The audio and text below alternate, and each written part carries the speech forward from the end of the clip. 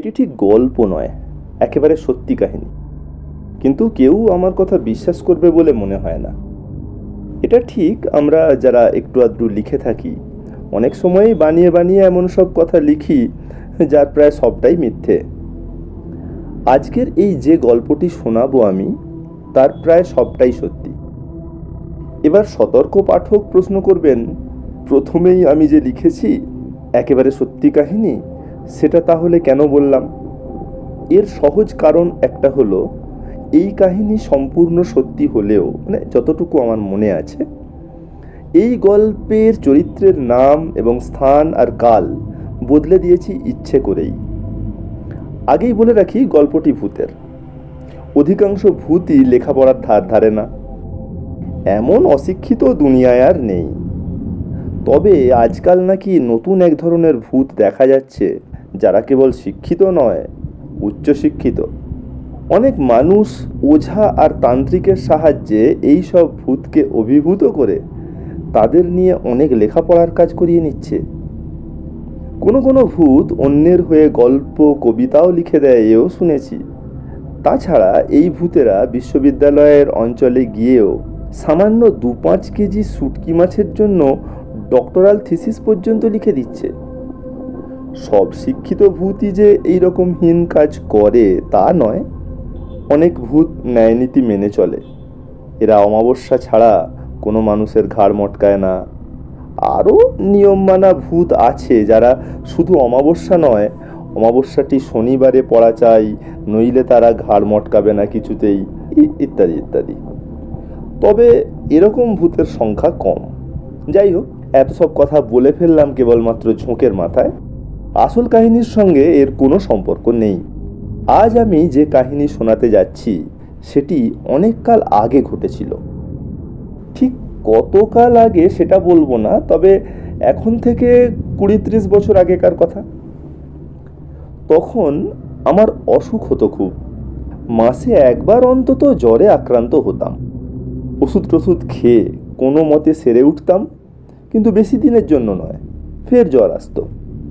আমাদের পারিবারিক ডাক্তার পূর্ণেন্দু চ্যাটার্জি বললেন, এটা শহুরে অ্যালার্জি হতে পারে। কোনো গ্রামে গিয়ে মাস 2 থাকলে হয়তো এই অসুখে পড়া বন্ধ হতে পারে। তিনি বললেন, হরিহর, পারো তো গ্রামের কোথাও চলে যাও। কলকাতা থেকে সে জায়গাটা যত দূরে হবে ততই ভালো। কাছাকাছি একটা নদী থাকলে সেখানে সকালে বিকালে বেড়াবে, যা ইচ্ছা করবে খাবে, তবে খুব বেশি পরিমাণে কখনোই নয়। দুধ খাবে আর প্রচুর দই খাবে। দিনরাত 2 ঘন্টার বেশি পড়বে না। একেবারেই লিখবে না, তবে চিঠি লিখতে পারো পোস্টকার্ডে। আর যদি গল্প লিখতেই হয় তাহলে দিনে 1 পাতার বেশি কখনো নয়। কোনো ওষুধ খাবে না, আস্তে আস্তে শরীরের রোগ প্রতিরোধ ক্ষমতা বেড়ে যাবে। আসলে বুঝলে তো, অসুখের চেয়ে ওষুধই অনেক সময় মানুষের ক্ষতি করে বেশি। ডাক্তার তো বললেন কোনো দূরের গ্রামে গিয়ে থাকতে, কিন্তু যাই কোথায়, সঙ্গেই বা কে যাবে? অনেক খোঁজাখুঁজির পরে বাবার বন্ধু সুধাংশু কাকা বললেন, ওদের একটা বাড়ি আছে মধুপুরে, সেখানে বছরে 2-1 বার বেড়াতে যান, শীতকালটা বাদ দিয়ে। কেননা ওখানে শীতে ভয়ঙ্কর ঠান্ডা। তা তুমি যদি যেতে চাও তো কোনো আপত্তি নেই, ওখানে রামহরি থাকে, খুব বিশ্বাসী লোক। বললে রুটি তরকারি বানিয়ে দেবে, ডিম মাছ এসবও রান্না সে করতে পারে। ওখানকার দুধ খুব ভালো, হাওয়াও খুব ভালো। স্বাস্থ্য ভালো করবার জন্য কত লোকই তো সেখানে যায়। আমি যাওয়ার আগে বুঝে নিলাম কিভাবে যেতে হয়।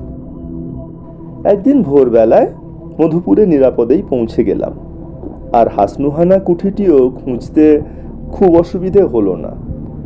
বললাম বটে হাসনুহানা কুঠি, কিন্তু বাড়ির নামের প্রথম 3 অক্ষর কেউ বোধহয় দুষ্টুমি করে ভেঙে দিয়েছে। এখন কেবল লেখা আছে হানা কুঠি। নামটা দেখেই মনটা শিউরে উঠল। হানাকুঠি নামটা মনে খুব যে একটা আমোদের সঞ্চার করলো তা নয়। তখনই মনে পড়ল সুধাংশু কাকা কি যেন বলতে গিয়েও বললেন না। যাই হোক, অনেক ডাকাডাকির পরে রামহরি এসে গেটটা খুলে দিল। আমি একটা চিঠি নিয়ে গিয়েছিলাম সুধাংশু কাকার, সেটা না পড়েই সে আমাকে খুব খাতির করে একতলার একটি ঘরে ঢুকিয়ে দিল। দেখলাম ঘরে রাশিকৃত ধুলো, টেবিলে, আলমারিতে, খাটে, কোথায় নয়। রামহরি তাতে লজ্জিত হলো একটু। আগে জানলে সব ঠিক করে রাখতো, এ কথার সে কতবার যে বলল তার ঠিক নেই। সে আমাকে বাইরের বারান্দায় একটা চেয়ারে বসতে দিয়ে কোথা থেকে দুজন লোককে এনে ঘর পরিষ্কার করাতে লাগলো।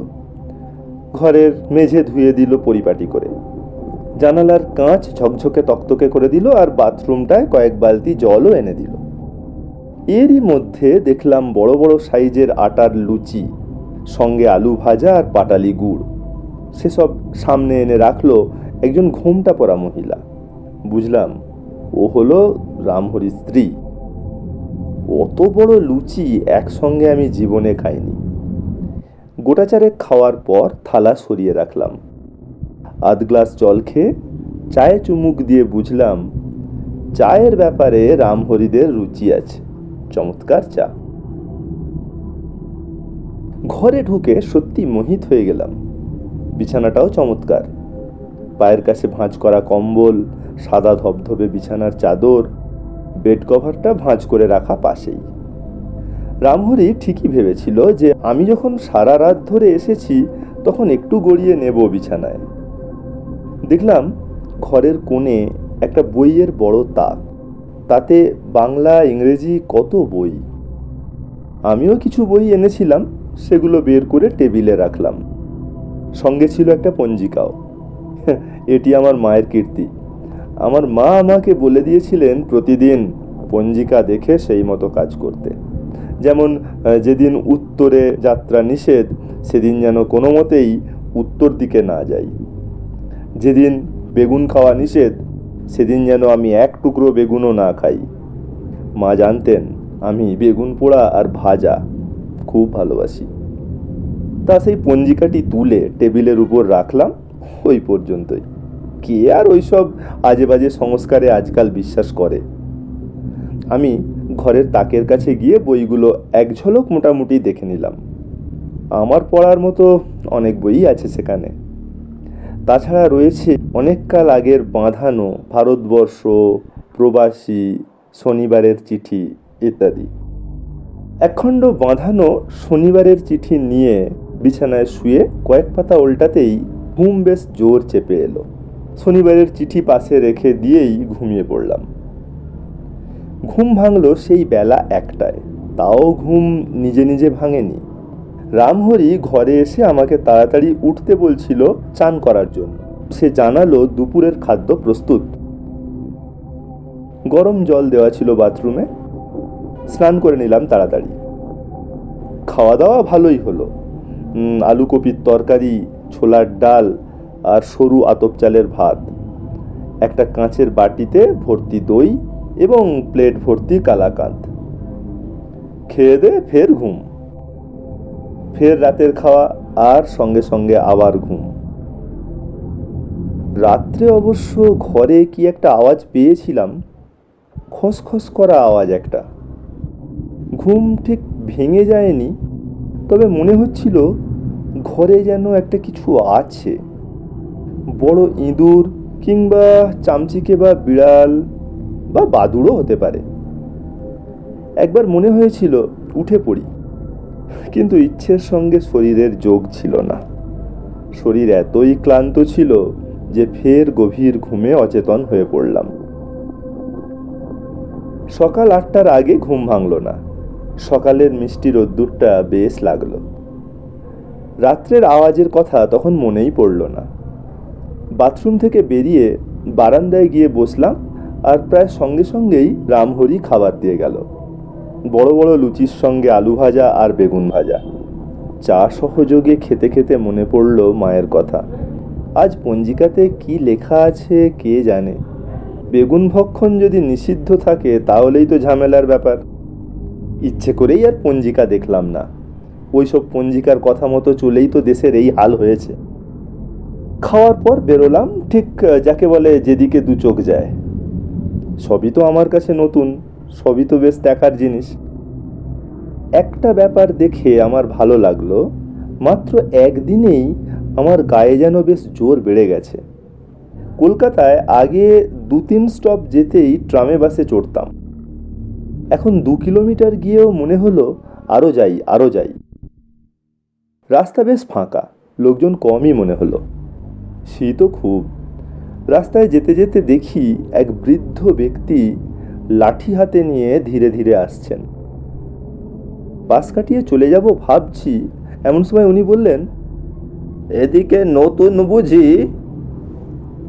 আমি তো অবাক, একজনকে দেখে কেমন করে বোঝা যায় যে সে নতুন লোক?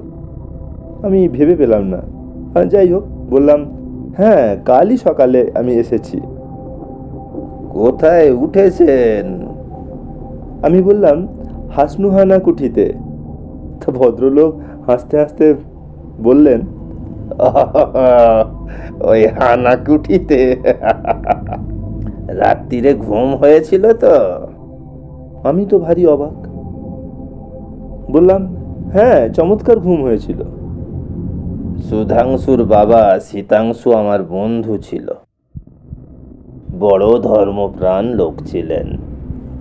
সুধাংশু তোমার কেউ হয় নাকি? আমি বললাম, সুধাংশু কাকা আমার বাবার বন্ধু। আমার শরীর খুব খারাপ হয়ে যাচ্ছিল, তাই ডাক্তার আমাকে শহর ছেড়ে দূরে কোথাও যেতে বলেছিলেন। চেনা কারোর বাড়ির সন্ধান ছিল না, তা সুধাংশু কাকার এখানে একটা বাড়ি আছে শুনে তাকে বলায় তিনি রাজি হয়ে গেলেন থাকতে দিতে। বললেন শীতকালটায় ওদিকে বড় শীত বলে এদিকে বেশি লোক আসে না। ভদ্রলোক বললেন, আমার নাম জ্যোতিপ্রসাদ কর। আমি এককালে ডাক্তার ছিলাম চন্দননগরে, এখন আর ডাক্তারি করি না, এখানেই থাকি। আমার একটা ছোট বাড়ি আছে এই কাছেই, চলে এসো মাঝে মাঝে। আচ্ছা, একটা কথা জিজ্ঞেস করি, এখানে আসার আগে সুধাংশু তোমাকে কিছু বলেনি, মানে ওই হানাকুঠি নিয়ে? আমি বললাম, না তো, কি বলবেন আবার? জ্যোতিপ্রসাদ বাবু আমতা আমতা করে বললেন, বলা উচিত ছিল। সুধাংশু ভালো লোক, কিন্তু দায়িত্বের অভাব আছে। আরে বাবা, ওই বাড়িতে একটু আছে তো, সেটা সবাই জানে। আমি ভয় পেয়ে বললাম, আছে মানে? উনি বললেন, আছে মানে শুনতে হলে একটু সময় লাগবে। তুমি আমার বাড়ি চলো, সব বলবো। কাছেই বাড়ি, আমরা হাঁটতে হাঁটতে 3 মিনিটেই সেখানে পৌঁছে গেলাম। জ্যোতিপ্রসাদ বাবু বাড়িতে ঢুকতেই একটা বাঘা কুকুর আমাদের লেজ আর জিভ নেড়ে অভ্যর্থনা করলো, ঘেউ ঘেউ করে বলল নমস্কার। জ্যোতিপ্রসাদ বাবু একটু চেঁচিয়ে বললেন, রাধা, আমাদের জন্য এক পট চা আর কিছু বিস্কুট পাঠিয়ে দাও তো। কলকাতার বন্ধু এসেছে আমার, কি যেন তোমার নাম? আমি বললাম, আমার নাম হরিহর গাঙ্গুলি। উনি একটু চেঁচিয়ে বললেন, এর নাম হরিহর গাঙ্গুলি, সুধাংশুর বন্ধুর ছেলে, শরীর সারাতে হানাকুঠিতে এসেছে। একজন বয়স্কা ভদ্রমহিলা প্রায় ছুটেই এলেন। বয়স অনেক হলেও শরীর বেশ মজবুতি আছে। তিনি বললেন, কি সর্বনাশ, ওই বাড়িতে শরীর সারাতে কেউ আসে? ওখানে সুধাংশুর বাবা, আহা, বড় ভালো লোক ছিলেন। কি হয়েছিল ওকে বলেছো? তোমার নাম যেন কি, ভুলে গেলাম। আমি আমার নাম বলাতে উনি বললেন, নামটা মোটামুটি ঠিক আছে, নামটা ওদের বিতৃষ্ণা এনে দিতে পারে, তবে নামের সঙ্গে একটা রাম থাকলে ভালো হতো। ওই জগতের ওরা রাম নামটাকে ভারী ভয় পায়। রাম নাম যার, তাকে তারা এড়িয়েই চলে। আমার তখনই কেমন গা ছমছম করতে লাগলো। একটা চেয়ারে বসে রইলাম, আর কুকুরটা দূর থেকে আমাকে দেখতে লাগলো। আবার ফস করে একবার ছুটে এসে আমার সারা গা শুঁকে আবার চলে গেল। একজন পরিচারিকা চা আর বিস্কুট দিয়ে গেল। আমি বললাম, দাদু, আমার ভয় করছে যে। জ্যোতিপ্রসাদ বাবু হেসে বললেন, ভয় একটু পাওয়া তোমার দরকার। সুধাংশুর বলা উচিত ছিল যে ওই বাড়িতে ওর বাবার কি ভয়াবহভাবে মৃত্যু হয়েছিল প্রায় বছর 7 আগে। শীতাংশুর লোক ভালো ছিল, খুব সাত্ত্বিক ধরনের লোক, একেবারে ভেজিটারিয়ান, ডিম পর্যন্ত খেত না। তা সংক্ষেপেই বলি, ওর কাছে তখন বেশ কিছু টাকা ছিল। শীতাংশুর এক ভাই এই অঞ্চলে একটা বাড়ি কিনবে বলে 50,000 টাকা অ্যাডভান্স দেওয়ার জন্য শীতাংশুর কাছে টাকাটা রেখে গিয়েছিল। শেষে কি এক কারণে বাড়িটা আর কেনা হয়নি, তাই টাকাটা শীতাংশুর কাছেই ছিল। এরই মধ্যে খবর পেয়ে একদল ডাকাত ওই বাড়িতে হানা দিয়ে শীতাংশুকে খুন করে টাকা নিয়ে পালায়। গত 7 বছর ধরে শীতাংশুর আত্মা ওই বাড়িতেই আছে। কি সাংঘাতিক! আমি বললাম, আত্মা আছে ওই হানাকুটি, মানে হাসনু হানাকুটিতে? সুধাংশু কাকার বাবার আত্মা জ্বালাতন করছে গত 7 বছর ধরে। লোকটি খুব একটা বিপজ্জনক নয়, মানে শীতাংশুর আত্মার কথা বলছি। প্রেতাত্মা হলেও সৎ আত্মা, এক হিসেবে মহাত্মাও বলা যায়। তবে যে বললেন তার আত্মা লোকেদের জ্বালাতন করে, ওটা কিছু না। কোনো লোক ওর ঘরে ঘুমোলে উনি খেপে যান। উনি করেন কি, আস্তে করে মশারি তুলে লোকটিকে ধরে নিয়ে হয়তো 1 কিলোমিটার দূরে একটা বট গাছের ওপর শুইয়ে দেন। লোকেরা জেগে উঠে হাউমাউ করে ওঠে, আর শীতাংশুর আত্মা তখন আনন্দে ধেই ধেই করে নাচতে থাকে। কোনো সময় হয়তো খাট থেকে তুলে নিয়ে একেবারে স্টেশনে গিয়ে ট্রেনের ফার্স্ট ক্লাস কামরায় আলতোভাবে শুইয়ে দেন। একবার একজন বেপরোয়া ইংরেজ সাহেবকে কোথায় রেখে এসেছিলেন জানো? সে ভারী আমোদের ব্যাপার। একেবারে সেই সাহেবের বাড়ি ইংল্যান্ডে। এসব কথা শুনে আমার মোটেই আমোদের বলে মনে হলো না। আমি বললাম, এ তো খুব অন্যায় কথা। মানে আমি আসার আগে সুধাংশু কাকার এইসব কথা বলে দেওয়া উচিত ছিল। জ্যোতিপ্রসাদ বাবু বললেন, ওর কিছু একটা ভুল নিশ্চয়ই হয়েছে। কেননা ও যাদের যাদের এখানে মানে হানাকুটিতে পাঠিয়েছে প্রত্যেককে সেসব কথা খুলে তো বলেইছে, এমনকি পই পই করে সাবধানও করে দিয়েছে। কিন্তু কথায় আছে না, সুখে থাকতে ভূতে কি লয়। এমন সব লোক এই দুনিয়ায় আছে যারা ইচ্ছে করে এইসব বিপজ্জনক জায়গায় গিয়ে বাহাদুরি নিতে চায়। উদ্দেশ্য, লোকে তাদের দেখে বলুক, বাবা কি সাহসী সব লোক, কি মনের জোর ইত্যাদি। এর আগে যারা এসেছিল আর এসে বিপদে পড়েছিল তাদের প্রত্যেককেই সুধাংশু যে সাবধান করে দিয়েছিল সেটা আমি জানি। কেবল তোমার বেলায় কেন সাবধান করলো না সেটাই ভাবছি। একটু থামলেন, তারপর বললেন, আরও একটা কথা ভেবে অবাক হচ্ছি যে শীতাংশুর আত্মা তোমাকে একটু বিরক্ত করলো না কেন? এটা তো ওর চরিত্রের সঙ্গে মেলে না। আমি বললাম, রাত্রে ঘুমের ঘোরে আমি কিছু আওয়াজ পেয়েছি, বইয়ের পাতা উল্টানোর মতো একটা খসখসে আওয়াজ। আমি ভাবলাম বুঝি বাদুড় কি চামচিকে হবে। এখন ভাবছি সাপটাপও হতে পারে। তা পারে বটে, এই অঞ্চলে তাদের সংখ্যাও কম নয়।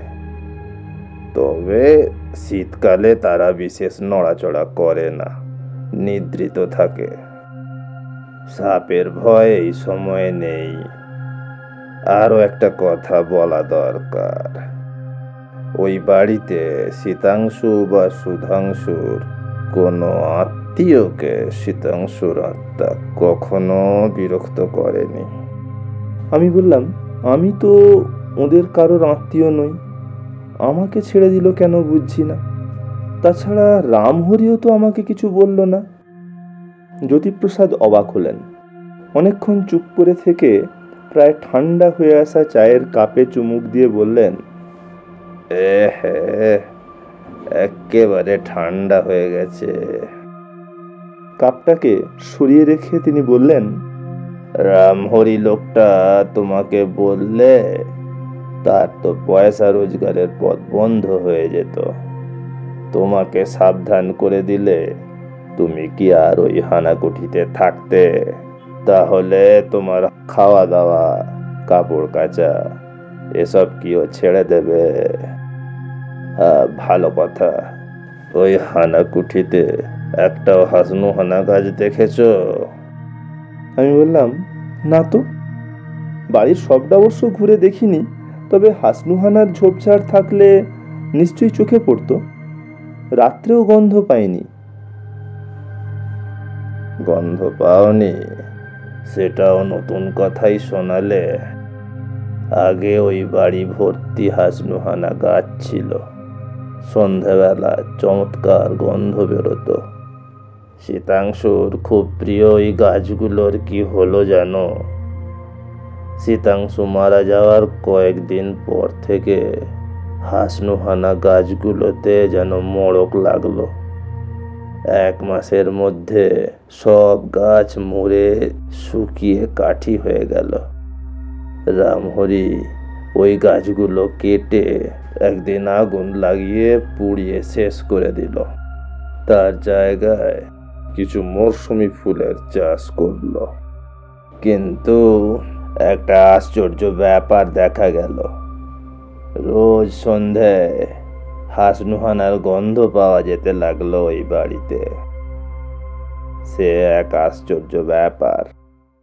গাছ নেই, ফল নেই, অথচ গন্ধ আছে। আমার বোধহয় শরীর কাঁপছিল। আমি বললাম, দাদু,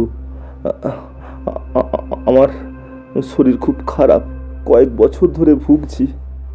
আমার ওজন ছিল প্রায় 75 কেজি, এখন দাঁড়িয়েছে 60-এ। মাসে কয়েকদিন বিনা কারণে জ্বর আসে। রক্তে জীবাণু কিছু পাওয়া যায় না। আমি ডাক্তারের পরামর্শে এখানে থাকতে এলাম শরীর সারাবো বলে, কিন্তু এখানে থাকলে যদি ভয়েই মারা যাই তাহলে কি হবে? উনি বললেন, তুমিও বাড়িতে না থাকাই ভালো বলে মনে করি। কাল রাতে কিছু হয়নি ঠিকই, হয়তো শীতাংশুর আত্মা অন্য কোথাও ছিল। যাক, খুব বাঁচা বেঁচে গেছো। অবশ্য শীতাংশু কাউকে মেরে ফেলেনি, তবে ওর স্বভাবে ইয়ার্কির ভাবটা আছে বটে। মরেও সে স্বভাব যায়নি, ইয়ার্কি ছাড়েনি। কেউ মরেনি ঠিকই, কিন্তু মরতেও তো পারত। না, তুমিও হানাকুঠি ছেড়ে দাও। যদি কিছু মনে না করো, তুমি আমার বাড়িতেই থাকো।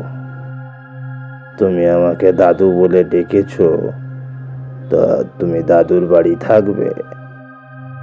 আমরা বাড়িতে স্বামী স্ত্রী থাকি। এখানেই আমার সারাটা জীবন কাটলো। আর ডাক্তারি করি না, এখানে ভালো ডাক্তার অনেক আছে। আমার অবশ্য একেবারে ডাক্তারি ছাড়ার উপায় নেই। পুরানো সব লোক আমাকে ডাকে, সেসব ক্ষেত্রে আমিও যাই, তবে টাকা নিই না। আর তুমি এখানে থাকলে বোধহয় ভালোই হবে। তোমার শরীরের সমস্যাটা একটু বুঝতে পারবো। কি, রাজি? আমি দেখলাম ভদ্রলোক ভারী সরল আর আন্তরিক মানুষ, মনে কোনো অভিসন্ধি নেই। আমি তো বেজায় খুশি হলাম, বলাই বাহুল্য। আমি একটু পরে একটা সাইকেল নিয়ে হানাকুঠিতে গিয়ে রামহরিকে বললাম, আমি আমার দাদু ডাক্তার জ্যোতিপ্রসাদের বাড়িতে যাচ্ছি, এখানে আর থাকবো না। রামহরি কোনো কথা বলল না, তবে মনে হলো ও একটু দুঃখিতই হয়েছে। আমি আমার সমস্ত জিনিসপত্র গুছিয়ে নিলাম। বেশি গোছানোর ছিল না অবশ্য। মিনিট 10-এর মধ্যেই গোছানো শেষ করার পর হঠাৎ আবিষ্কার করলাম আমার আনা পঞ্জিকাটা টেবিলে নেই। আমি রামহরিকে বললাম পঞ্জিকার কথা। রামহরি মাথা চুলকে কাঁচুমাচু ভাবে বলল, পঞ্জিকার কথা সে জানে না। আমি সকালে বেরিয়ে যাওয়ার পর সে ঘর গুছিয়েছে বটে, তবে টেবিলে সে পঞ্জিকাটা মোটেই দেখেনি। ওর কথায় অবিশ্বাস করার কিছু ছিল না।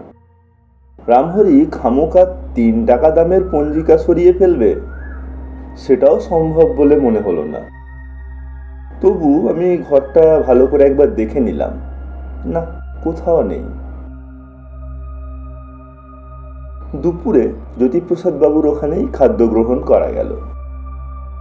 তারপর ওর আর ওর স্ত্রীর সঙ্গে কিছু কথা টথা বলে ওদের বাড়ির সবচেয়ে ভালো ঘরে গিয়ে দেখলাম চমৎকার সাজানো ঘর সেটি। কাঁচের বড় বড় জানালা, সেই জানালা দিয়ে বাড়ির পেছনের বাগান চোখে পড়ে। কত রকমের যে ফুল ফুটে আছে, গাঁদা, হরেক রকমের গোলাপ। বেশ কয়েকটা ঘুঘু ডাকছে। বেশ নির্জন জায়গা।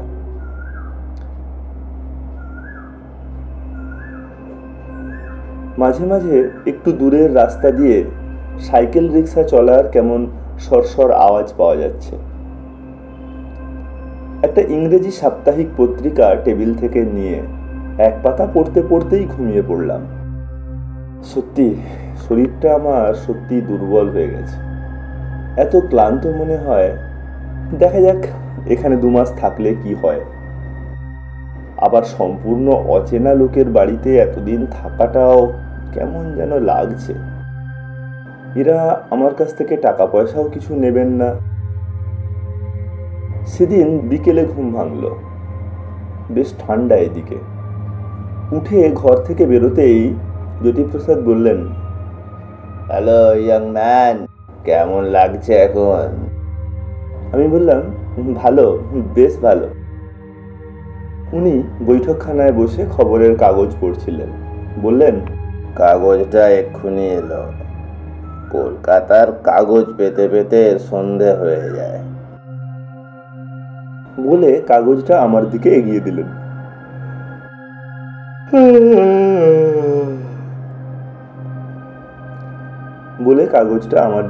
দিলেন।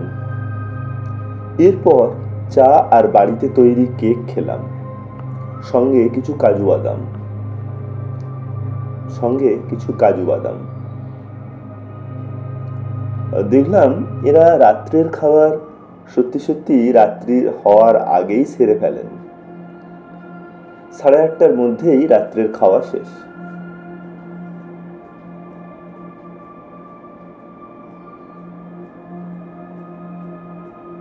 জ্যোতিপ্রসাদ বললেন, এ বাড়িতে অনেক বই আছে, কাল সেগুলো থেকে বেছে নিও তোমার যা পছন্দ।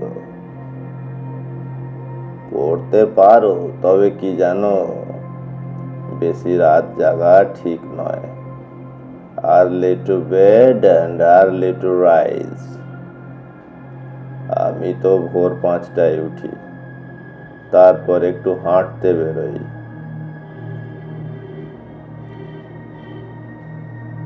কাল তোমাকেও ডেকে নেব, স্বাস্থ্যের পক্ষে ভারী ভালো এই হাঁটা, আর মনটাও ভালো থাকে। সর্বনাশ, উনি বলেন কি সকাল 5টায় ঘুম ভাঙাবেন আমার? কিন্তু আপত্তি আর করা গেল না, চুপ করেই রইলাম। রাত্রে ঘুমটা ভালোই হলো, তবে অনেক স্বপ্নও দেখলাম। স্বপ্নগুলিও অদ্ভুত, খুব যেন একটা ঠান্ডা দেশে চলে গেছি, ঠান্ডায় কষ্ট হচ্ছে, এদিকে আমার খালি গা, জুতো নেই, চারিদিকে আবার হাসনুহানার গন্ধ। একবার মনে হলো আমি একটা বিমানে উঠে কোথায় চলেছি, বিমানের ইঞ্জিনটা খারাপ হয়ে গেছে, বিমানেও পাচ্ছি হাসনুহানার গন্ধ। সকালের রোদ্দুর এসে ঘুমটা ভাঙিয়ে দিল। হাতে ঘড়ি ছিল, সেটা দেখলাম। সকাল কোথায়, 8:20। কই জ্যোতিপ্রসাদ তো আমায় ডাকলেন না, ভুলে গেলেন নাকি? চট করে উঠে পড়লাম। এ আবার কি, আমি কোথায়? জ্যোতিপ্রসাদ করের বাড়ি তো এটা নয়, এটা তো সেই বাড়ি, হানাকুঠি, সেই ঘর। এই ঘর ছেড়েই তো কাল চলে গিয়েছিলাম। এখানে ফের কেমন করে এলাম? আমার মাথা ঘুরছিল, আর কিছু ভাবতে পারলাম না, একেবারে অজ্ঞান হয়ে গেলাম। যখন জ্ঞান হলো তখন আবার অন্য দৃশ্য। একটা ছোট ঘর, নার্সিংহোমের কেবিন। আমি একটু নড়ে উঠতেই একজন নার্স এসে বললেন, এখন কেমন বোধ করছেন? আমি কোনো মতে উত্তর দিলাম, ভালো। আমি কোথায়? নার্স বললেন, এটা একটা নার্সিং হোম। জিজ্ঞেস করলাম, জায়গাটার নাম কি? মধুপুর। আপনি 3 দিন অজ্ঞান হয়েছিলেন, কাল রাত্রে জ্ঞান ফিরেছে। ঘুমের ওষুধ দেওয়া হয়েছিল, আপনি এখনো দুর্বল। 1 কাপ গরম দুধ খেয়ে শুয়ে থাকুন। সুস্থ হয়ে উঠতে আরো 2 সপ্তাহ লেগেছিল। রোজই জ্যোতিপ্রসাদ বাবু 2বার করে এসে দেখে যেতেন। 3য় সপ্তাহে ফের জ্যোতিপ্রসাদের বাড়িতেই নিয়ে গেলেন জোর করে। তিনি বললেন, কি কাণ্ড! উফ, সমস্ত মধুপুরে বিরাট চাঞ্চল্য, সব তোমাকে নিয়ে। লোকজন হতভম্ব, পুলিশ হতভম্ব। হ্যাঁ, তোমার বাবা মা এসেছিলেন, 2 দিন থেকে চলে গেছেন। এখানে ভূত বলে একজন ওঝা আছে, সে এক মিডিয়ামের সাহায্যে শীতাংশুর সঙ্গে কথা বলেছে। শীতাংশু নাকি আমার ওপর ভারী চটে গেছে। সে বলেছে আমি নাকি তার অতিথিকে নিয়ে এসেছি, সেটা আমার ভারী অন্যায় হয়েছে। সেজন্য সেদিন রাতের বেলায় আমার বাড়ি থেকে তোমাকে তার বাড়িতে নিয়ে গিয়েছিল। তবে এই নিয়ে এত হইচই হওয়ায় সে তার ভুল বুঝতে পেরেছে। হ্যাঁ, আর একটা কথা, সে বলেছে সে আর কিছু করবে না। তুমি ইচ্ছে করলে ফের হানাকুঠিতে যেতে পারো, তাতে সে খুশি হবে। আর হ্যাঁ, পঞ্জিকাটি শীতাংশু নিয়েছিল দেখবার জন্য। কবে কখন অমাবস্যা হয় সেটা জানা খুব দরকার। ওতে নাকি ওর চেনা অনেক আত্মার ভারী সুবিধে হয়েছে। হ্যাঁ, এটা অবশ্যই বলতে হবে, অবশ্য না বললেও চলতো যে আমি আর হানাকুঠিতে যাইনি। জ্যোতিপ্রসাদের বাড়ি থেকেই কলকাতায় ফিরে এসেছিলাম।